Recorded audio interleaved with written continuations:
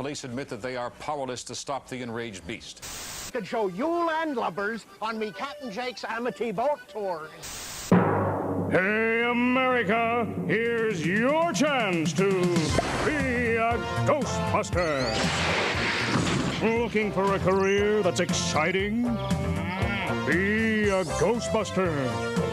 Yes, now you can run a Ghostbuster branch office right in your own neighborhood. Catch ghosts? Make money? It's that easy. If there's something weird in your neighborhood, who they gonna call?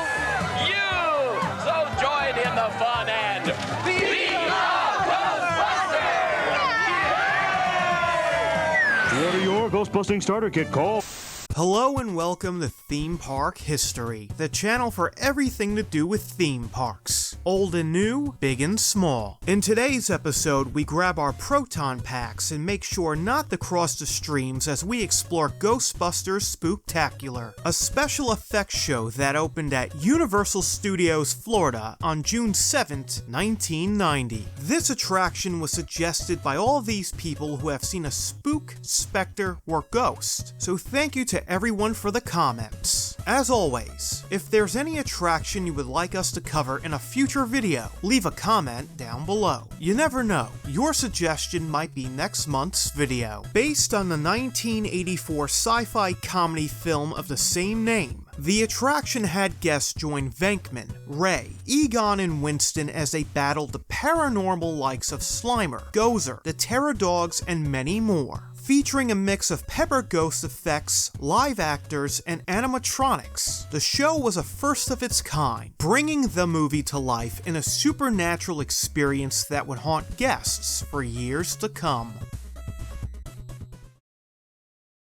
Listen. You smell something? That must be the story of how the boys in gray went from slugging it out with pesky poltergeist in the Big Apple to taking on Florida Man in the Sunshine State. In the early 1980s, actor and Crystal Head Vodka co-founder Dan Aykroyd began working on a script for a project that would star himself and friend John Belushi, where the two would travel through time and space to combat a host of demonic and supernatural threats. Following Belushi's death, and with the project deemed financially impractical, Aykroyd would rework the script to make it more realistic, now focused on three men who chase and catch ghosts, similar to what a pest control service does. Directed by Ivan Reitman and rewritten by Aykroyd and co-star Harold Ramis, Ghostbusters would officially be released in theaters on June 8th, 1984, starring Aykroyd as Raymond Stans, Ramis as Egon Spangler, and Bill Murray as Peter Venkman. The trio are parapsychologists who start a ghost-catching business in New York City. Known as the first comedy film to employ expensive special effects, with a budget between $25 to $30 million, which was unheard of at the time, the movie would become a critical and financial success, being the #1 film in theaters for 7 consecutive weeks. The film would earn $282.2 million during its initial theatrical run, making it the second highest grossing film of 1984 and the highest grossing comedy of all time at that point. The film's success would lead to a sequel, Ghostbusters 2, in 1989, a reboot nobody asked for in 2016, and a second direct sequel scheduled for release in 2020. Besides being a financial success, the movie would become a cultural phenomenon and a multi-billion-dollar multimedia franchise, leading to the creation of the animated television series The Real Ghostbusters and its sequel Extreme Ghostbusters, video games, comic books, clothing, food, toys, and more importantly in our case, a theme park attraction. Shortly after the movie was released in 1984, Six Flags would acquire the rights to create a Ghostbusters attraction for its parks. Known as the Hauntington Hotel Hotel. The 2.5-minute ride would be the first interactive video game / theme park attraction ever created. Recruited by the Ghostbusters agency, guests would be sent on their first job to take care of the ghosts located in the creepy hotel. Guests would board their Ghostmobile, a track-set ride vehicle with a drop-down lap bar, and use ghost-busting guns mounted on it to blast the ghosts, similar to Buzz Lightyear's Astro Blasters. Unfortunately, the attraction wouldn't see the light of day, as it never got past the planning and development stages. While it wouldn't be coming to Six Flags, all hope wasn't lost for the Ghostbusters to show up at a theme park.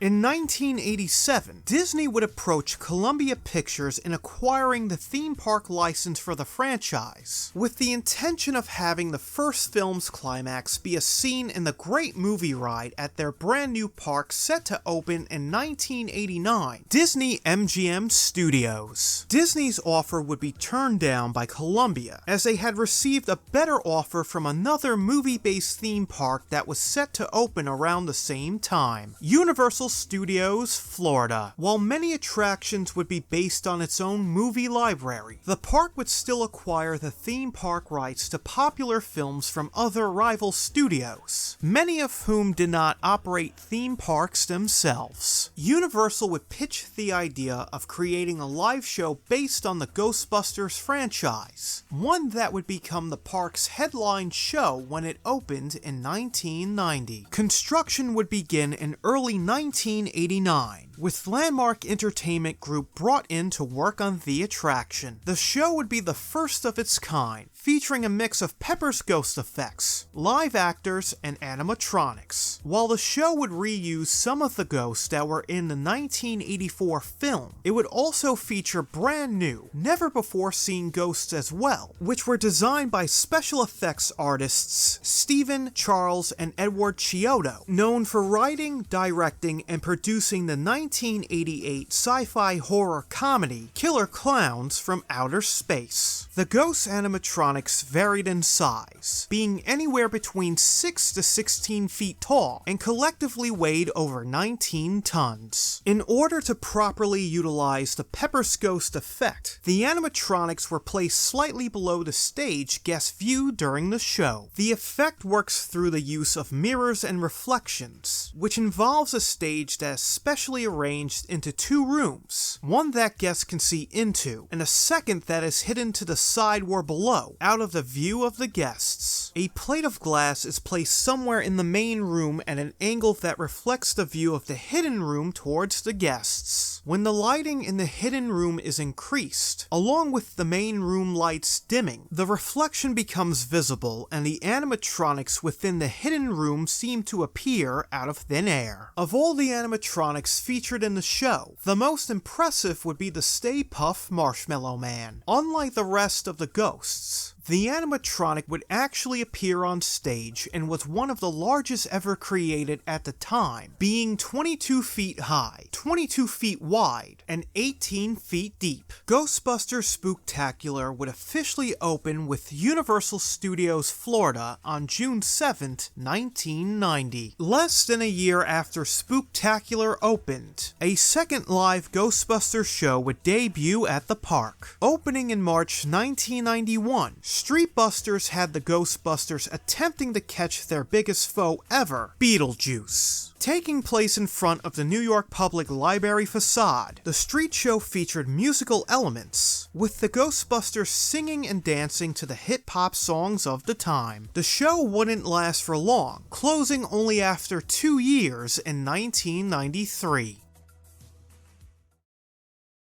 Located in the New York area of the park, guests enter a soundstage that is themed to look like the Hook and Ladder 8 firehouse, the base of the Ghostbusters. Inside the soundstage is a theater, and once everyone is seated, the lights go down in the room. A stage behind a wall of glass lights up, revealed to be the Temple of Gozer from the first film. A female tour guide appears, welcoming the guests to a behind-the-scenes look of the movie. The guide talks about how Universal artists have been able to recreate the set from the movie, along with some of the special effects. The only thing missing are the ghosts. Suddenly, Slimer appears, following the guide on stage until he disappears when she mentions the demigod Gozer, the main antagonist from the first film. The guide attempts to recreate the Twinkie scene from the film, only for Slimer to reappear and eat the golden sponge cake with a creamy filling. Confused, the guide asks the audience if they saw a ghost following her, but before they can answer, she blows them off, stating there's no such thing as ghosts. Suddenly, the stage goes dark and the doors to the temple begin to glow. Several ghosts appear, terrifying the guide as she's unable to escape from the stage. As the guide uses the stage manager's phone to call for help, the doors to the temple open, revealing Gozer. Gozer asks the guide if she is a god, who makes the rookie mistake by saying no. The demigod blasts the guide with a beam of energy, trying to capture her for sacrifice, but the Ghostbusters arrive in the nick of time. Gozer orders the ghosts to attack the Ghostbusters, but the quartet is able to defeat them with the exception of Slimer, who slimes Venkman. Gozer reappears, dodging all of the Ghostbusters' particle beams, making it back to the gates, declaring, "Your fate is sealed. Choose and perish." Just like in the movie, Ray chooses the final form Gozer takes on to destroy the Ghostbusters, the Stay Puft Marshmallow Man, who rises from the right side of the stage. With no other choice, Egon suggests to cross the streams of their particle beams, and as the Ghostbusters do so, the Pillsbury Doughboy knockoff turns hot and becomes engulfed in smoke, with Gozer defeated and the guide saved. Venkman informs her that our boss can make the check out to the Ghostbusters. The show ends with everyone singing the chorus of the Ghostbusters theme song, with Slimer reappearing one more time. Guests exit the theater and head into the paranormal gift shop, where merchandise from both the franchise and attraction are sold. The 11-minute show was met with mostly positive reception from guests, as while many praised the show's special effects, animatronics, and tone, some felt that the storyline really didn't make sense at all, as it was a muddy blend of a retelling of the climax from the first movie while trying to spin it off as a behind-the-scenes look. Universal would hear guest concerns and revamp the show's story in 1993, giving the attraction a sizable expansion, adding in a pre-show as well as more of an actual storyline. In the second and better remembered version of the show, guests now enter a pre-show area where they meet Keymaster and accountant for the Ghostbusters, Louis Tully, who introduces them to the Ghostbusters' newest branch located in Orlando, Florida. Wanting to expand their business all across the country, Louis tries to sell the guests their very own ghost-busting equipment so they can open up their own branch for the company. In the theater, the demonstration is interrupted by EPA Inspector Walter Peck, who possesses a warrant to shut down the entire business due to the belief that the Ghostbusters are frauds and ghosts don't exist. In his attempt to manually shut down the facility, Dickless accidentally ends up releasing the captured ghosts that wreak havoc.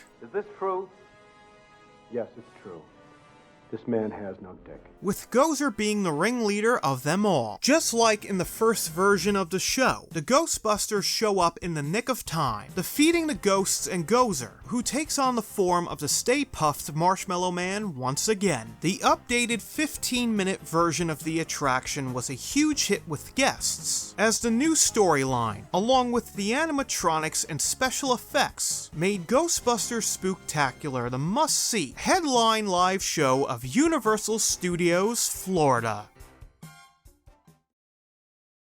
Even with the changes made to the show, ghost removal business wasn't looking good for the Orlando branch. On October 15, 1996, Universal announced that the show would be closing, stating that it was time for a change. Ghostbusters Spooktacular would officially close on November 9th, 1996, in order to make room for its replacement, Twister, Ride It Out. So why did the attraction close? With the official announcement of Island Islands of Adventure in 1997, Universal was afraid that attendance at Universal Studios Florida would decline, as guests wouldn't visit until the new park opened 2 years later in 1999. Needing to invest in a new attraction in order to maintain the park's appeal and bring in guests, it was decided to replace the show. Another reason for the closure of the show was because of the success of Twister, which was the second highest grossing film of 1996, earning $495.4 million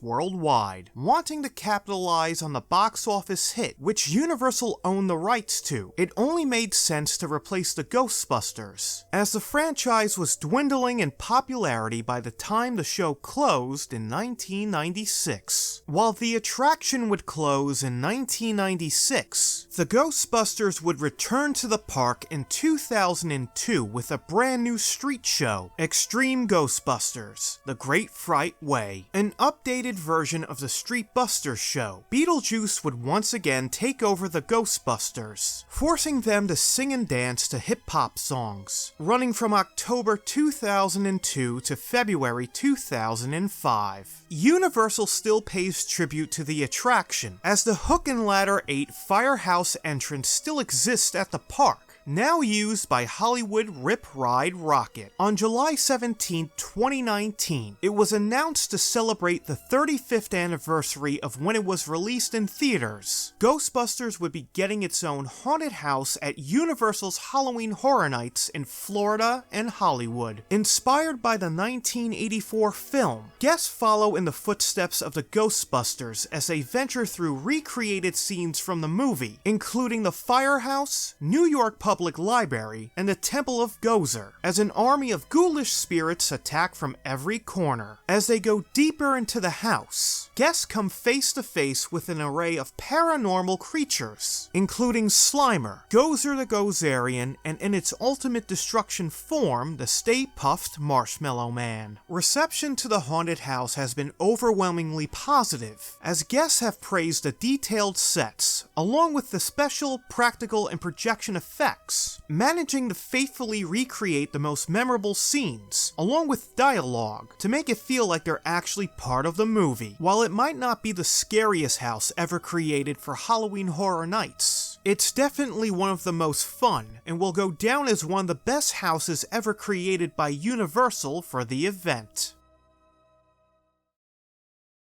While it might have only existed for 6 years, Ghostbusters Spooktacular was one of the biggest attractions at Universal Studios Florida when the park opened in 1990. Still considered by many to be one of the best theme park shows ever created, the mix of Pepper's ghost effects, live actors, and animatronics was unlike anything else at the time and hasn't been replicated since. Just like the movie, the attraction is a timeless classic, bringing ghosts and ghouls to life with a few scares and laughs along the way. If there's one thing for certain about Ghostbusters Spooktacular, it's that the show came, saw, and kicked ass. So that is the theme park history of Ghostbusters Spooktacular. As always, thank you for watching the video and supporting the channel. Don't forget to like this video, subscribe to the channel, and if there's any attraction you would like us to cover in a future video, leave a comment down below. Once again, thank you for watching, and until next time, when there's something strange in your neighborhood, who you gonna call? Seriously, do you have the number to the Ghostbusters? I need their help.